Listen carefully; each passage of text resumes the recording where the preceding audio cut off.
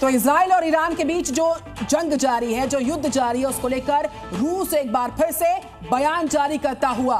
रूसी राष्ट्रपति पुतिन ने कहा कि दुनिया में संघर्ष की संभावना बहुत ज्यादा है। पुतिन ने यह भी कहा सभी दिशाओं में समाधान तलाशने की जरूरत है।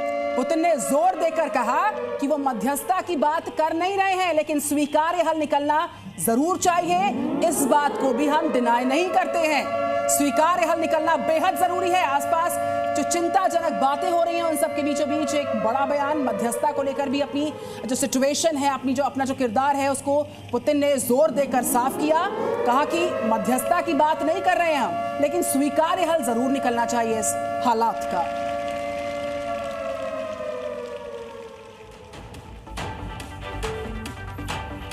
इजराइल ईरान युद्ध का आज 9वां दिन हो गया है। अमेरिका के शरण में इजराइल पूरी तरह से है और जो बयान अमेरिका का सामने आया वो आपने सुना।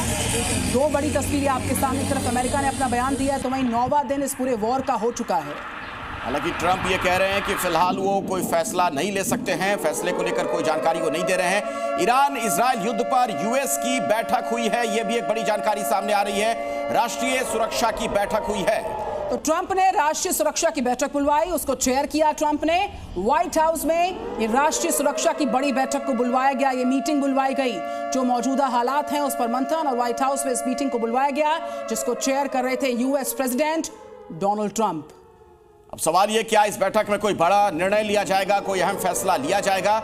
युद्ध को लेकर अमेरिका का रुख क्या होगा, इस पर सभी की निगाहें टिकी हुई हैं। तो ट्रंप ने राष्ट्रीय सुरक्षा बैठक को बुलवाया, उसकी अध्यक्षता की, और ये सुरक्षा बैठक जो हुई व्हाइट हाउस में राष्ट्रीय सुरक्षा बैठक हुई है। ये बड़ी जानकारी इस वक्त आती है। उससे पहले डोनाल्ड ट्रंप ने जो बड़ा बयान सामने आया उनका, वो भी हमने आपको एक्सक्लूसिवली सुनवाया था। तो ईरान इजराइल युद्ध पर अभी का एक बड़ा अपडेट अपने दर्शकों को दे दें। यूनाइटेड स्टेट्स में राष्ट्रीय सुरक्षा की बैठक हुई है, ट्रंप के नेतृत्व में यह बैठक हुई है।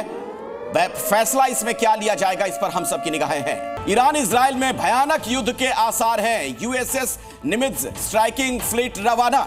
ये जानकारी इस वक्त सामने आ रही है। दक्षिण चीन सागर से उनकी रवानगी का अपडेट आ रहा है सामने।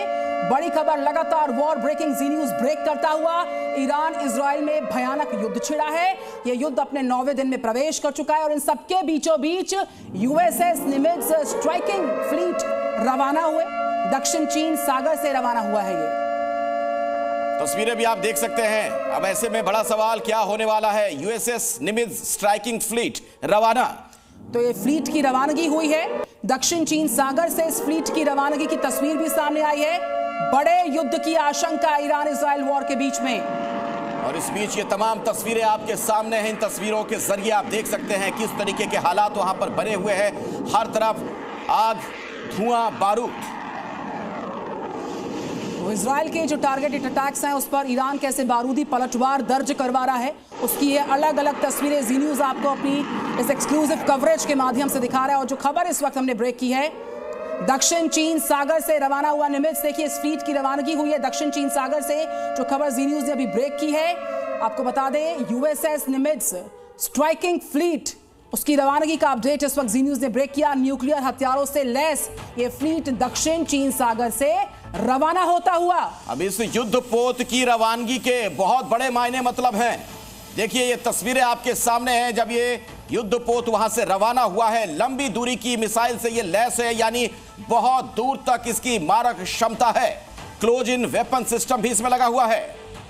तो क्लोज इन वेपन सिस्टम से लैस है ये जो जानकारी, और सभी तरह के हथियारों से ये फ्लीट जिसको रवाना किया दक्षिण चीन सागर से, वो इन तमाम तरह के अलग अलग अत्याधुनिक हथियारों से लैस है। और पोत की लंबाई 1092 फीट है। अब ईरान को यूएसएस निमित्ज घेरेगा। दक्षिण चीन सागर से इस फ्लीट की रवानगी की बड़ी तस्वीर देखिए।